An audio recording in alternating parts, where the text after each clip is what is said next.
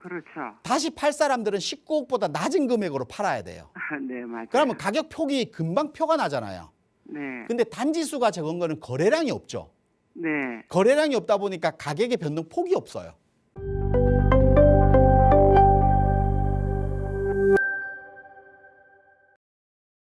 여보세요. 네. 네, 안녕하세요. 반갑습니다. 네. 네, 시청자님 오늘 어떤 고민 함께 좀 해결해 볼까요? 저 도곡동의 한라비발디하고요. 네. 또 위례 24단지를 가지고 있는데, 보유하고 있는데, 네. 그거를 정리해서 잠실 엘스로 갈까? 아, 아니면은 그냥 그 기존의 두 개를 그냥 가지고 갈까? 어떤 게 나은지 판단이 잘 안 서서요. 네, 연락 잘 주셨어요. 그럼 말씀 주신 두 개 아파트 중에 거주는 좀 어디에 하고 계실까요? 거주는 지금 거기 안 오고 지금 방이동에 전세 살고 있어요. 네, 그러면 이 도곡 한라 비발디와 위례 24단지를 다 매도하고 잠실 엘스를 매수해서도 그것도 투자 목적으로 좀 보고 계시는 거예요? 아니에요. 그건 들어가서 살 여기는 거예요. 또 거주도 생각하시는 거고. 네, 네네. 알겠습니다. 도곡 한라 비발디 그리고 위례 24단지 아파트 향후 전망 먼저 살펴보고 잠실 엘스로 갈아탈 타이밍인지 그 매도 시기까지 한번 이야기 나눠볼게요. 대표님과 인사 나눠오세요. 예, 안녕하세요. 네, 안녕하세요. 네. 네, 반갑습니다. 네. 도곡 한라비발디, 도곡동 한라비발디 아파트 네. 지금 요거 매수한 지는 얼마나 되신 거예요?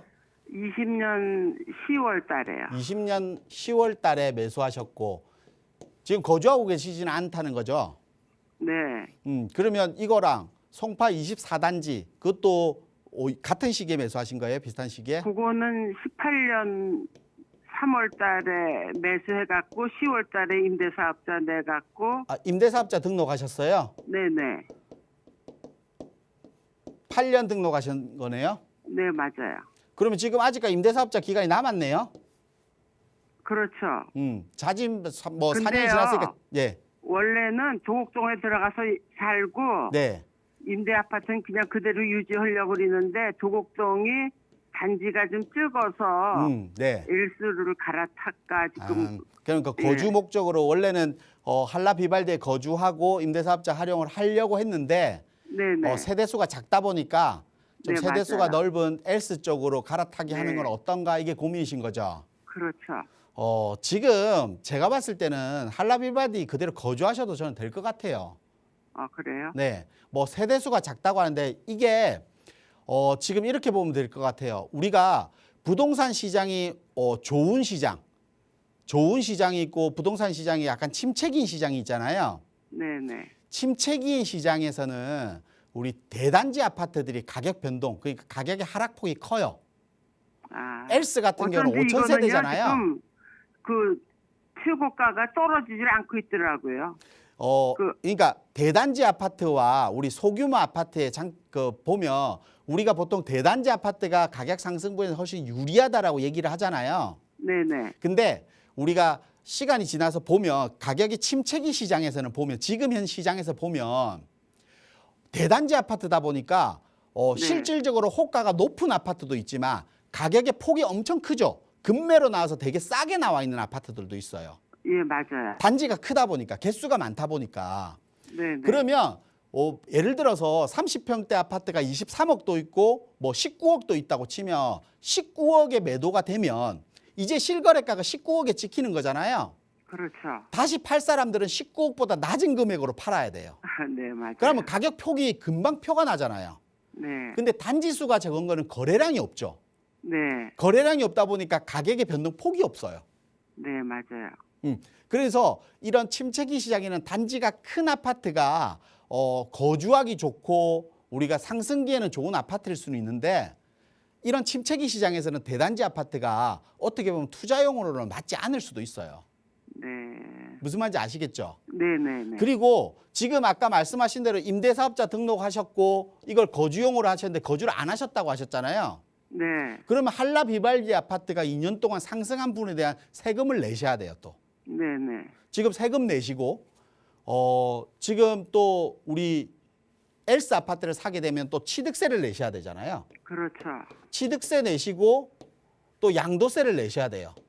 그렇죠. 제가 볼 때는 2년 동안 상승한 분은 양도세랑 취득세랑 내시면 한 3, 4억 원 내셔야 될 거예요, 아마. 예, 그렇죠. 그러면 우리 아파트보다 엘스 아파트가 한 3, 4억은 더 올라야 되잖아요. 그렇죠. 우리 아파트가 2억 오를 때 엘스는 6억 올라야 돼요. 그러면. 맞아요. 무슨 말인지 아시겠죠? 네네. 네. 그러면 지금 상황에서는 갈아타기보다는 이걸 거주, 임대사업자 등록했기 때문에 무조건 거주를 하셔야 되잖아요. 네네. 거주하셔서 세금 혜택도 절세도 받으시고 그리고 현 시장에서는 그대로 보유하시는 게 대단지 아파트보다는 좀 장점을 가지고 있는 이런 가격 탄력성의 장점을 좀 가지고 있기 때문에 좀 거주하면서 그대로 좀 보유하시는 게 지금 현 시점에서는 더 맞는 방법이 아닌가 싶어요. 제가 볼 때는. 그러면요, 지금 도곡동 아파트를요. 네. 얼마나 더 보유하면 좋을까요? 제가 볼 때는 그냥 일단은 그거 8년 세금 혜택 다 받을 수 있는 데까지 장기 보유해도 될까요? 도곡동을 8년을 보유한다고요? 도곡동은 임대사업자 등록 안 하셨고 위례 거만 하셨다면서요. 위례 거만 했어요. 그러니까 네. 도곡동은 살려고 그랬다고요. 도곡동은 2년 거주하면 비과세 혜택은 받을 수 있어요.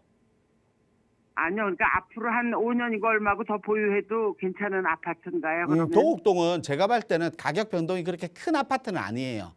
우리가 주변 지역에 거주하다 보면 아파트 단지는 작죠. 네네. 우리 한라 비발디 자체적인 단지는 좀 작은 편인데 주변 지역에 도곡 한신이라든지 현대라든지 우성이라든지 럭키라든지 주변 지역에 아파트가 둘러싸여 있잖아요. 네네. 그러다 보니까 그 단지 전체 단지에 세대수가 많기 때문에 주변 학군이라든지 또 주변 지역 학군도 괜찮잖아요. 학군이라든지 네네. 편의성이라든지 주변 지역의 여건들은 거주하기 좋아요. 네. 그 아파트 자체만 단지 수가 적은 것뿐이지 맞아요. 단지 수가 적은 주변 지역에 아무것도 없으면 의미가 없겠지만 주변 지역에 다 붙어서 뭐 여러 아파트들이 있으면서 단지 수가 꽤 크잖아요. 네네. 그래서 거주하는 장점도 충분히 있을 겁니다. 아. 그래서 위례 같은 경우는 임대사업자 끝까지 8년 다 보유하셔서 세금 다 보시는 게 맞고요. 네. 도곡 한라 빌바디 같은 경우는 최소 2년 이상은 보유하셨다가 시장 상황에 맞게 좀 움직이는 게 맞지 지금 매도하고 움직이는 건 맞지 않다라는 거 말씀드리는 겁니다. 예. 네.